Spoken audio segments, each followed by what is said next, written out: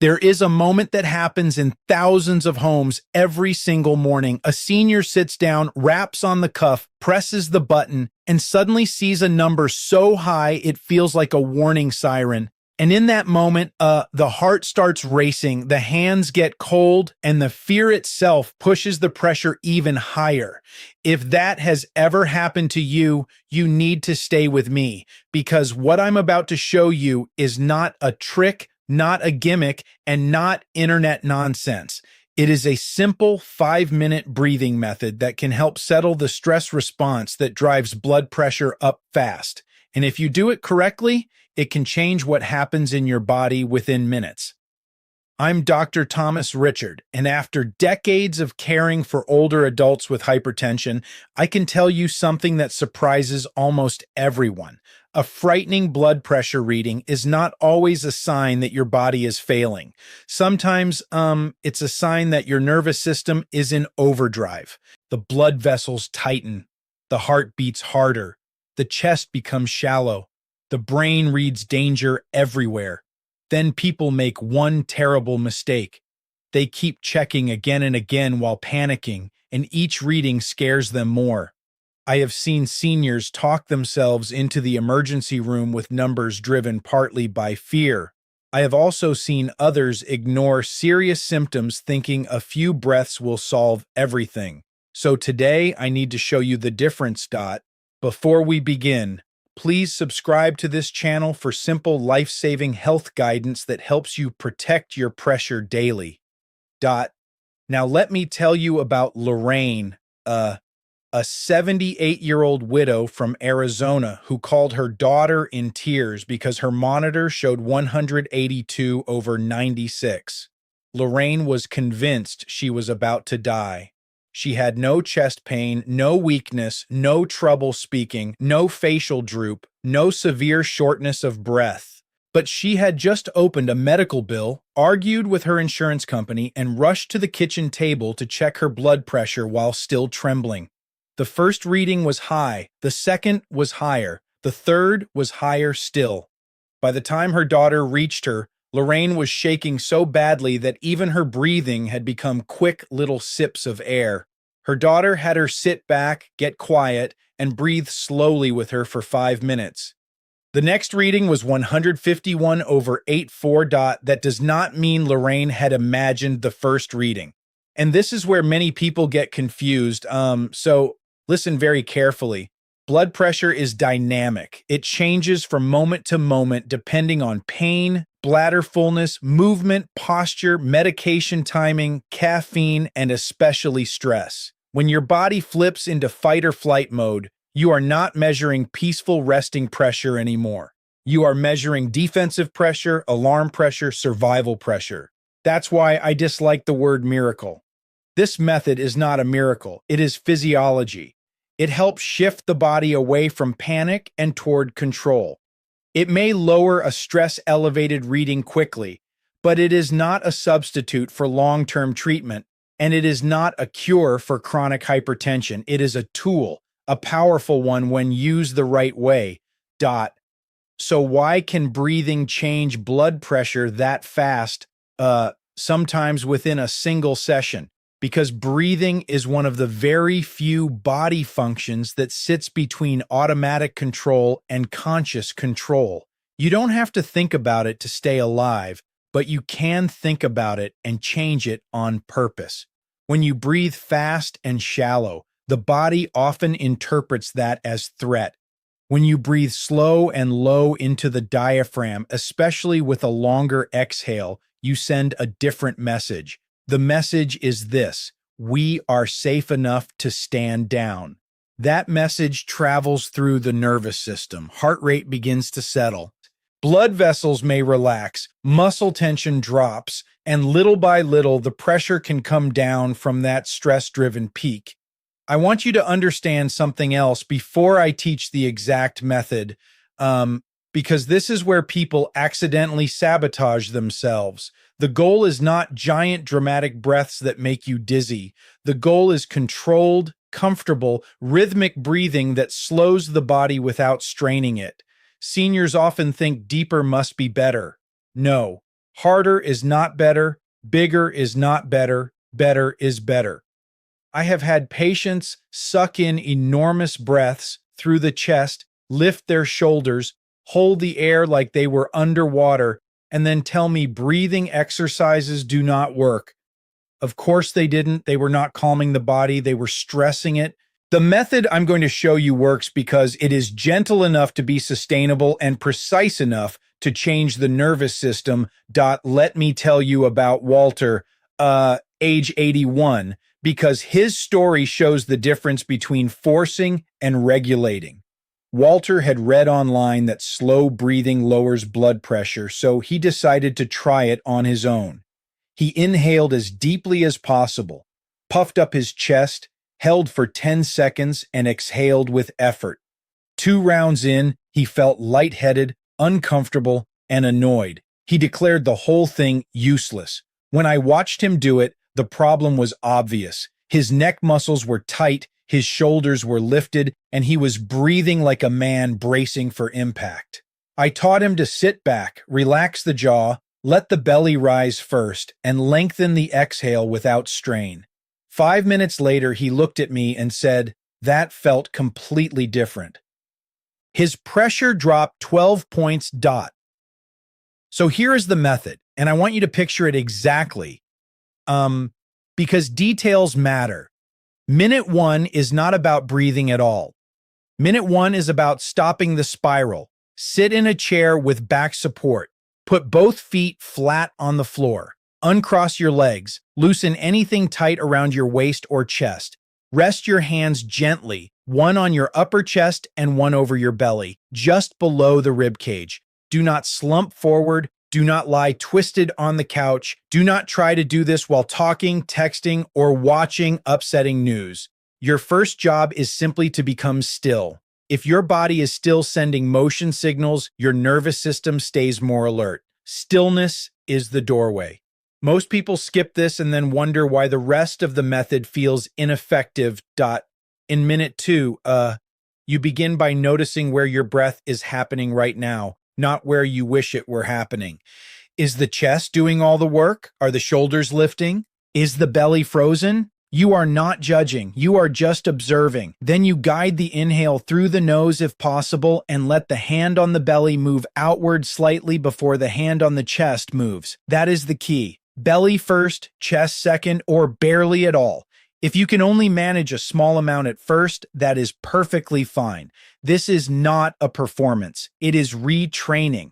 Many seniors have spent years chest breathing without realizing it, especially if they live with anxiety, pain, poor sleep, or repeated stress. Relearning can feel strange before it feels natural. Minute 3 is where the rhythm begins, and this is the part that creates the shift. Breathe in gently through your nose for a count of 4, not a rushed 4, a calm 4. Then breathe out through pursed lips for a count of 6. If 6 feels too long at first, use 5.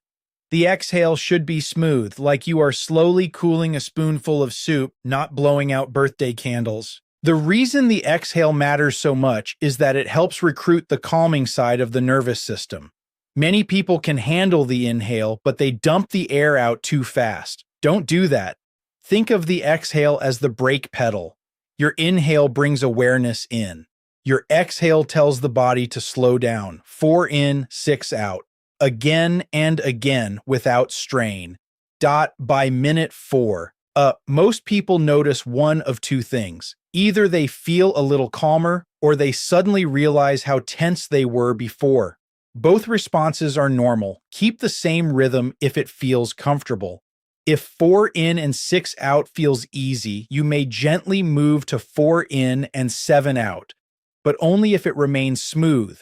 You should never feel starved for air. You should never feel you are fighting the breath. The chest, jaw, forehead, and shoulders should all be soft. If the mind wanders, that is not failure. Bring it back to the count. Inhale, 2, 3, 4.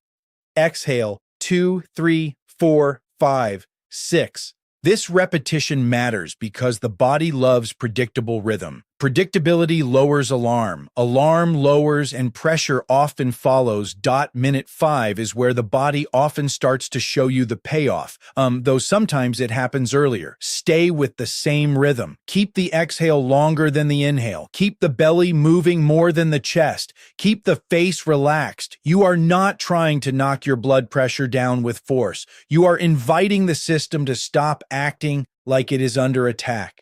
At the end of 5 minutes, sit quietly for another 30 seconds before you reach for the cuff. That pause matters. If you leap up, talk, or immediately start fussing with the machine, you break the calm state you just built. Then take your reading properly. And if your number comes down, you will understand something powerful. Your body responds to the quality of your breathing more than you think. Now, I need to explain what is happening under the surface, because once you understand the mechanism, you are more likely to trust the process. Your heart and your breathing are constantly communicating. When you inhale, heart rate tends to rise slightly. When you exhale, it tends to fall slightly. That natural dance is part of how the body balances itself. Slow breathing, especially around 6 to 10 breaths per minute, appears to improve that balance. It can reduce sympathetic overdrive, the same system that fuels the fight-or-flight reaction. It may also improve how sensitive the body is to pressure changes, helping the system regulate itself more efficiently. In plain English, you are not just moving air. You are changing the message your body is sending to your blood vessels, heart, and brain. And that is why the exhale is the hero of this method, not the inhale. People love to focus on taking air in. But for blood pressure calming, the longer, slower exhale is often where the magic of physiology shows itself. A longer exhale tells the body, you can release now. Release the jaw, release the chest, release the neck, release the pressure to react. When seniors shorten the exhale, the breath stays defensive. It stays on the front edge of panic, but when the exhale lengthens, the body begins to cooperate. I've seen people come into my office with a pulse racing in the 90s or 100s, and after a few minutes of proper slow breathing, both pulse and pressure settle, not because the disease vanished, but because the alarm softened. Let's talk about the belly, because this is where many people accidentally fail.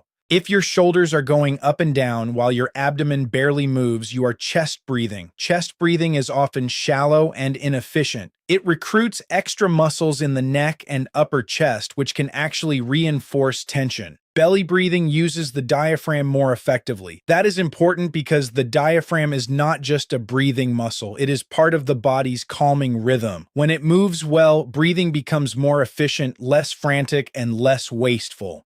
If you struggle with this, lie on your bed once or twice a day and place one hand on your chest and one on your belly.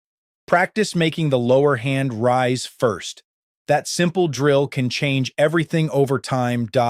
But here is a warning that matters, especially for viewers in the age 70 to 85 range. Do not force huge breaths. Over-breathing can make you dizzy, tingly, or uncomfortable. If that happens, you are likely breathing too aggressively or too quickly. Smaller, slower, more natural breaths are better. Some of my patients think they are supposed to fill every inch of the lungs. No, gentle is powerful. Think soft inhale, longer soft exhale. If you have severe lung disease, frequent dizziness, panic disorder that worsens with breath focus, or you feel faint when you try these exercises, you need to talk with your clinician about the safest version for you. A helpful method should leave you steadier, not more distressed. Remember, comfort is not weakness here. Comfort is part of the treatment. Now let me show you the 5 mistakes that ruin this method.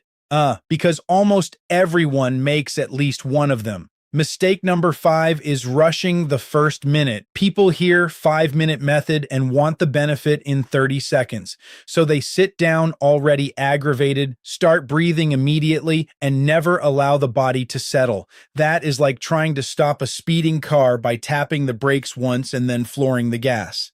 The first minute matters because it tells the body the emergency has ended. Stillness first, then rhythm. If you skip stillness, your breathing has to fight against ongoing signals of motion and urgency. That makes the whole session weaker.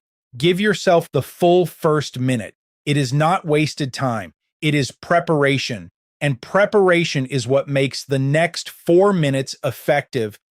Mistake number 4 is holding the breath too long, especially after watching trendy breathing videos online. Breath holds can have uses in certain settings, but older adults trying to calm an elevated blood pressure reading often do better with a smooth, continuous pattern. If you hold too long, you may create air hunger, chest tension, or dizziness. Then instead of relaxing, you become more alert. For this purpose, I prefer simple counts like 4 in and 6 out, or 4 in and 5 out, rather than dramatic holds. If you absolutely love a pattern with a brief pause, keep it tiny and comfortable, but never turn this into a contest. You are not training for free diving. You are trying to tell your heart and blood vessels, calmly and repeatedly, that they no longer need to behave as if danger is at the door. Mistake number 3 is using the method while feeding fear, and this one is more common than people realize. They start the breathing exercise, but at the same time, they keep glancing at the monitor, replaying worst-case scenarios, or talking aloud about stroke, heart attack, and disaster. The mind never leaves the battlefield, so the body never really does either. If you are going to use this method, commit to it for 5 full minutes. No checking the cuff, no doom scrolling, no upsetting television, no phone argument. Give your nervous system a clean environment to downshift. Think of it as building a quiet room inside the body. The breath is the doorway, but attention is the lock. If your attention stays trapped in fear, the breath has a harder job. Mistake. Number 2 is terrible posture. And I want you to take this seriously because posture changes breathing more than most people think. If you are hunched over with the belly compressed, the diaphragm cannot move freely. If your feet are dangling or your legs are crossed, the body is less stable. If your bra, belt, waistband, or shirt is tight, the chest and abdomen cannot expand comfortably. Good breathing wants space. Sit tall but supported. Let the ribs widen gently. Let the abdomen move. And if you are about to measure your blood pressure afterward, remember the basics still apply. Back supported, feet flat, arm at heart level, no talking, no rushing, bare skin under the cuff. Breathing helps. Good measurement technique protects you from being fooled by a bad number. Mistake number 1, the most damaging one, is expecting one session to solve a chronic problem. Please hear me clearly. This method can help lower a stress spike reading in the moment. It can help retrain the nervous system over time. It can become part of your blood pressure toolkit, but it does not give you permission to ignore your doctor, skip your medication, or pretend a persistently high blood pressure is harmless because you know how to breathe. I've seen seniors do exactly that. They feel empowered, which is wonderful, but then they become overconfident, which is dangerous. The right attitude is this: breathing is support, not replacement. It is a supplement to proper treatment, proper monitoring, proper sleep, activity, nutrition, and medical follow-up. Use it wisely and it becomes powerful. So when should you use this 5-minute method?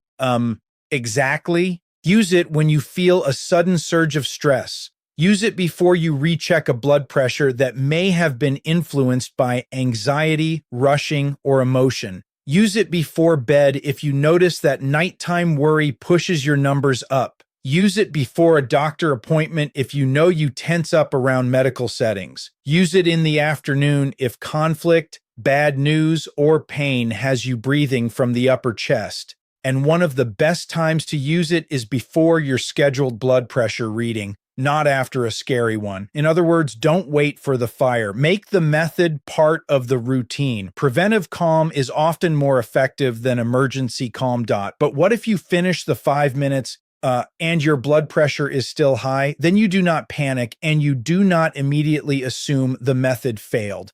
First, ask what high means in context. Were you rushing? Is your bladder full? Did you have caffeine? Are you in pain? Did you just climb stairs? Did you sleep poorly? Did you use proper technique? Take a second reading after 1 to 2 minutes of quiet rest and follow your doctor's instructions for home monitoring. Remember that one number is just one moment. What matters is the pattern. If your numbers are repeatedly elevated across days, or if they are much higher than usual, that is information to report. Calm yourself, yes, but also respect the data. Calming the body and observing the trend are partners, not enemies. Now I have to give you the line that could save a life, and I need every viewer to remember it.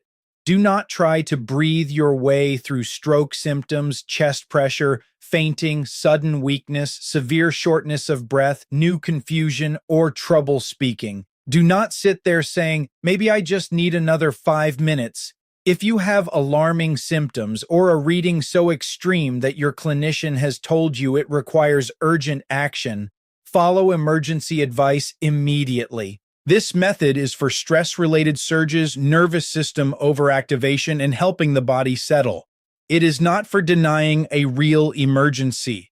I say this because some people hear helps lower blood pressure instantly and imagine it is an all-purpose rescue technique. It is not.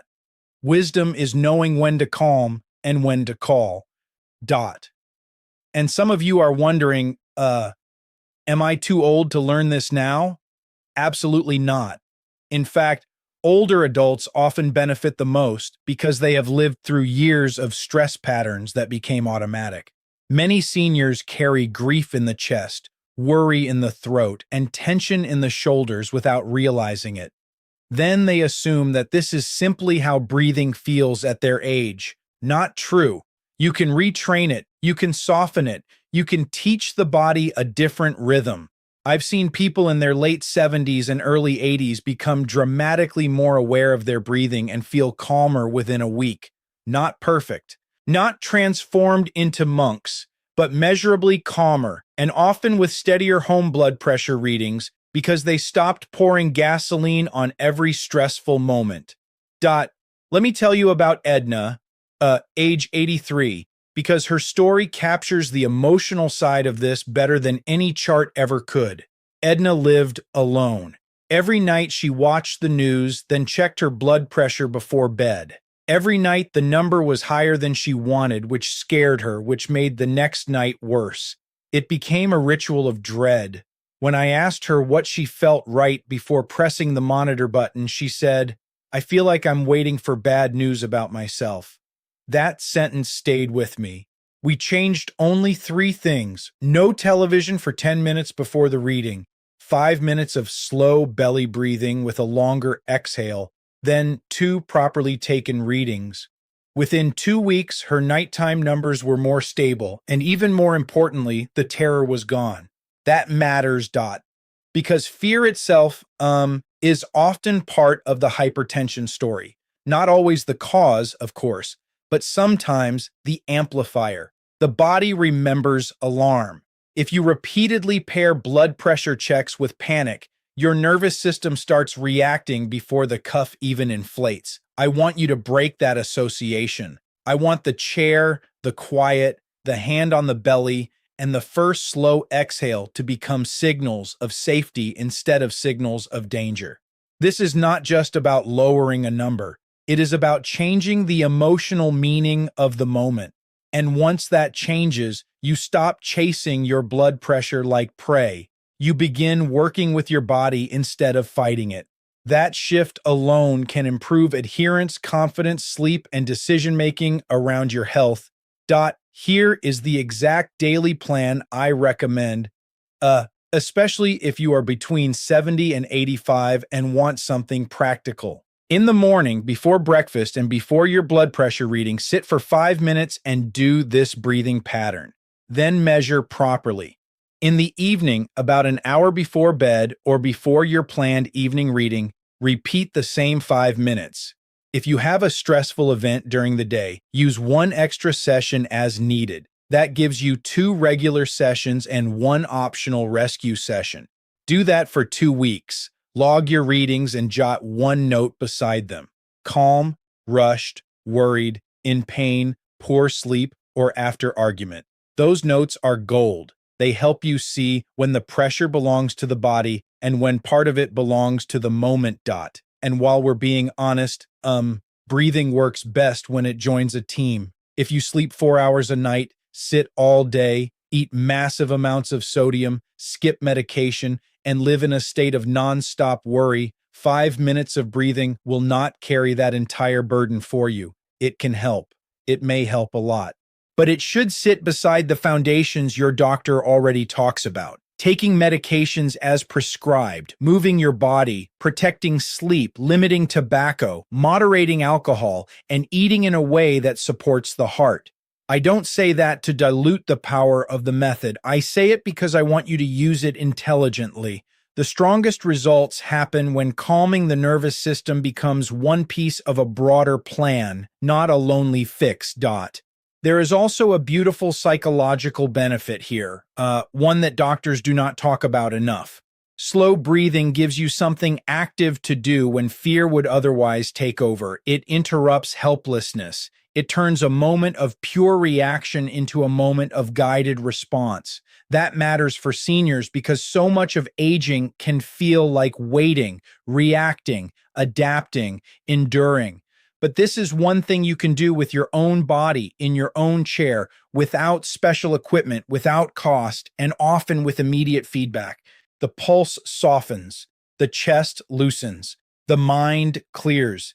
Even if the blood pressure only drops modestly in that single session, the sense of control rises. And that sense of control can keep you from making rushed, frightened, harmful decisions about your health.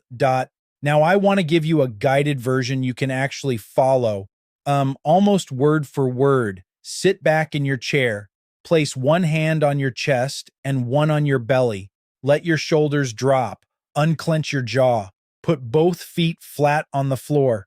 For the first few seconds, do nothing except notice the chair holding you up.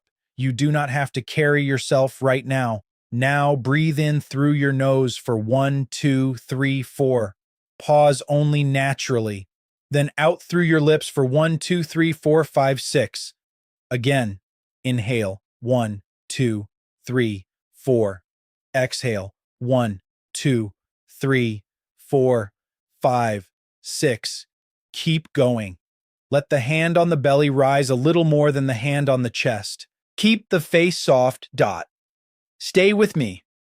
Because the next part is where most people finally feel the body give way. Inhale gently for 4. Exhale smoothly for 6. If the exhale feels easy, let it become 7. Not forced, just longer. Imagine the tension leaving your forehead on the exhale. Imagine the pressure in the chest melting downward. If a thought comes in, let it pass and return to the count. Inhale 1, 2, 3, 4.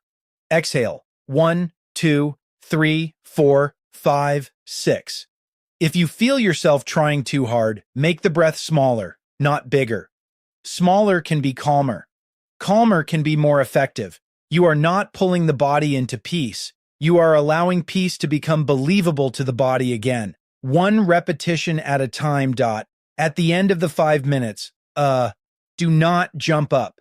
Stay still for another half minute. Notice whether your heartbeat feels slower. Notice whether the jaw is softer.